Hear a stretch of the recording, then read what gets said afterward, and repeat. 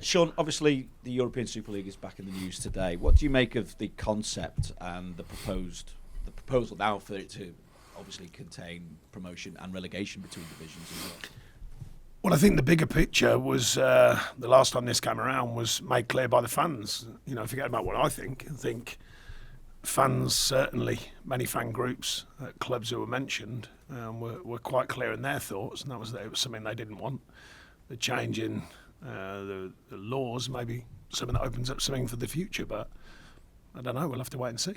Obviously the laws in this country, government legislation effectively bans Premier League teams from joining. Do you think that maybe that should change, at least open it up to English clubs, or should it not be the case? I don't know. I mean, you go into the world of legalities, and I'm certainly not au fait with that world, so we'll have to wait and see. But I just think more on the football side of things, with the way that fans openly spoke out against it last time, then that's something that would have to be considered again, I would imagine, by anyone forgetting about the legalities. I think by all clubs, if the clubs wanted to go down that route.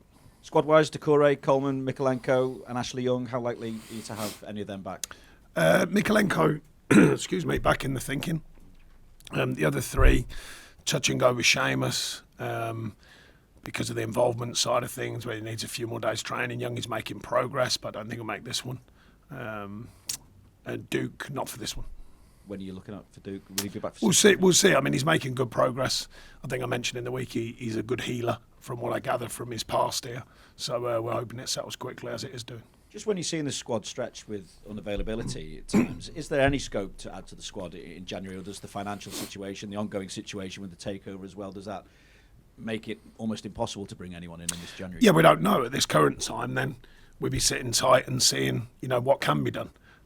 Squad-wise, I think when everyone's fit, I've spoken, I think, very honestly, I think we've got a good squad. I think it's a balanced squad.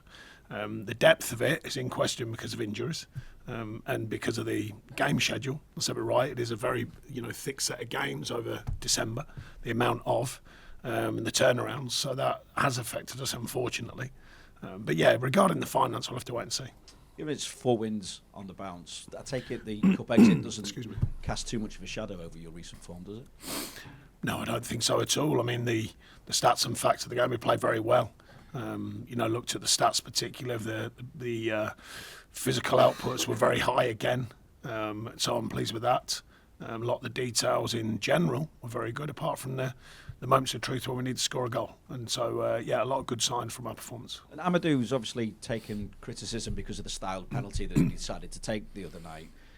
How do you react to that criticism, and what approach do you take with Ampadu, who's obviously disappointed at not being able to fire through to the net? Yeah, of course. Everyone has a style of taking penalties. I must say, he's delivered it very, very well when we were doing all the practice ideas of taking penalties.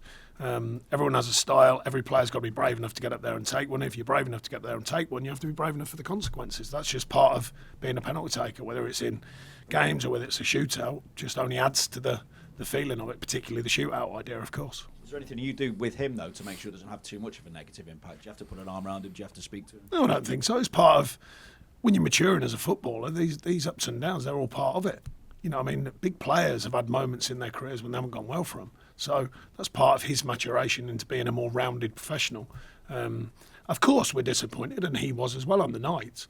But, it's gone now, and it's about learning for the future. And that's what he is doing. He's learning. Another goal at Goodison for Beto as well. He says he's been working on his fitness. The running game, the distance he has to run through a game has obviously been an adjustment that he's had to make.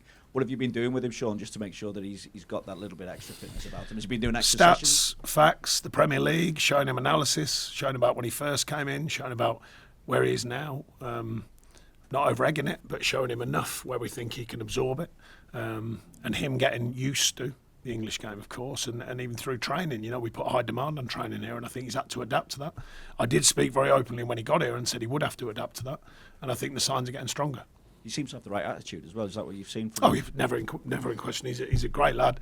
He's really thirsty to learn. He wants to improve. So no, that's certainly not in question. It's his game knowledge, his game understanding, sharpening up to Premier League pace and the likes. You've won all 3 away games in London. How do you compare Spurs to what you've faced in the capital so far this season? Well, they're going very well. I know they had a recent blip, but they've shown that is a blip. Super powered start to the season. I don't know the manager, but I like what I've heard and the way he's speaking very honestly about it. It doesn't seem to me that everyone's talking about the way he plays. He doesn't seem to be talking about it much, and he recently said he wants to win. So I think he's a straightforward guy and he's delivering good performances, or him and his team are delivering good performances. They're certainly, I think they've made it clear they're a good outfit. That's without doubt. Do you think Ange Postecoglou's style has added something to the Premier League as well? Well, like I say, he doesn't seem to be talking it much. I think a lot of people are around him but he seems to be just getting on with trying to win games. So I'm not sure. I don't know him, to be honest. If I get 10 minutes with him, that would be great, because he's someone I don't know. But it doesn't seem to me. He seems like he's quite honest in his thoughts, quite believing in the way he wants to go about it. But I think all managers are. But he said recently about, playing well, but they weren't winning, and then had a tough spell. And he said it's about winning. He said doesn't want to be known for how he plays. He wants to be known to win. And I think I'm refreshed by that attitude. That's for sure. And that seems my type of guy.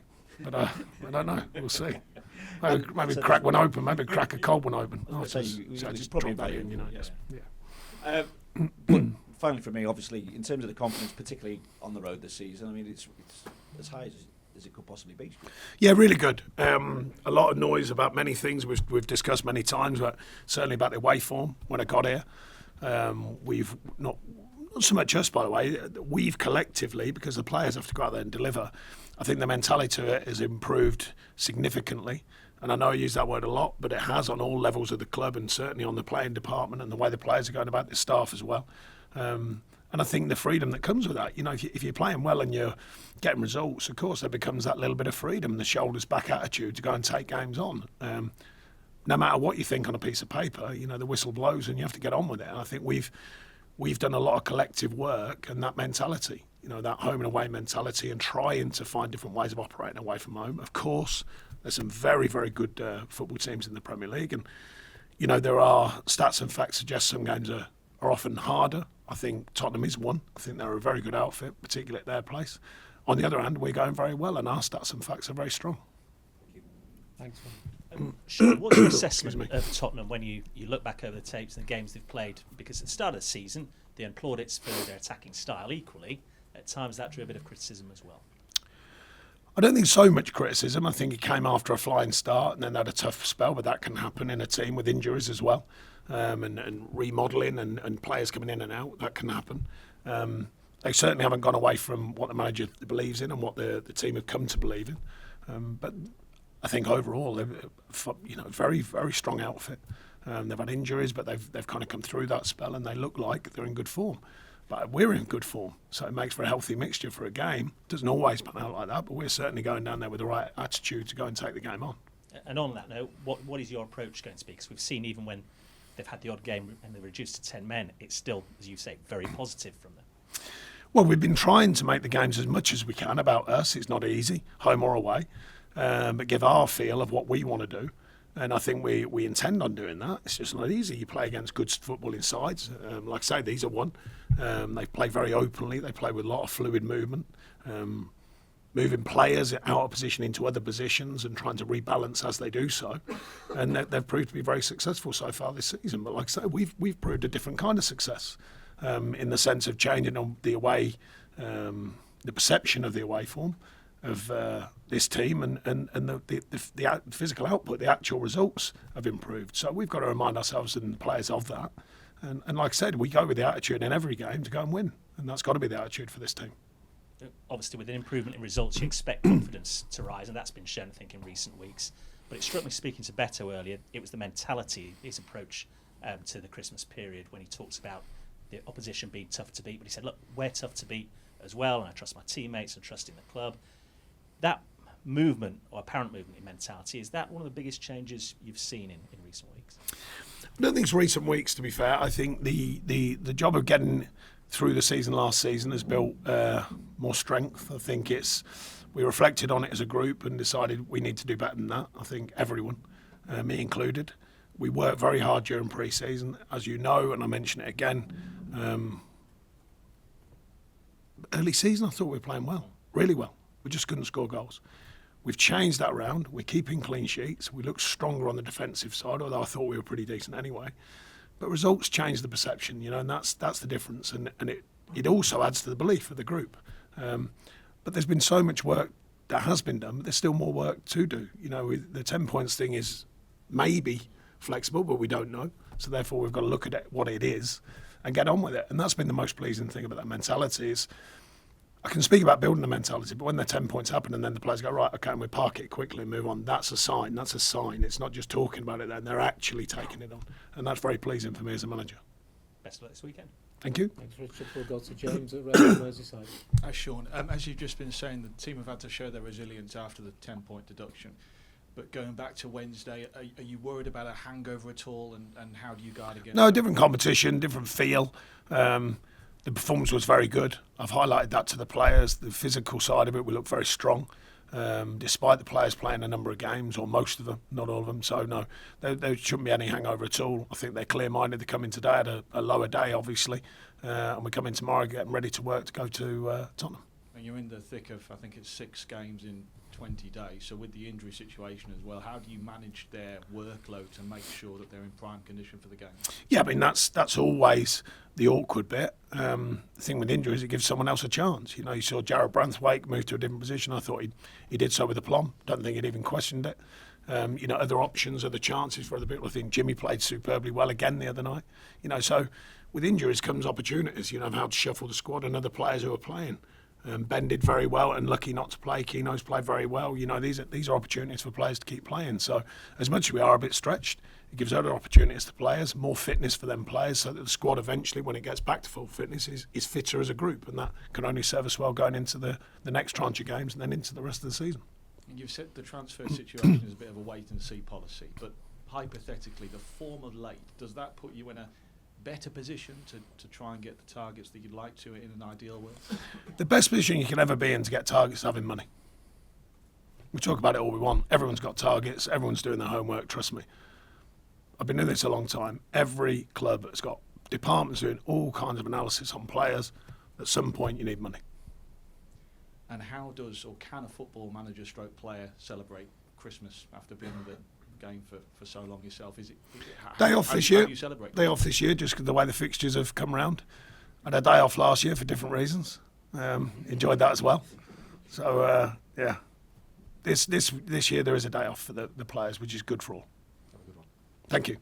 Thanks, James. We'll go to Phil at the Press Association.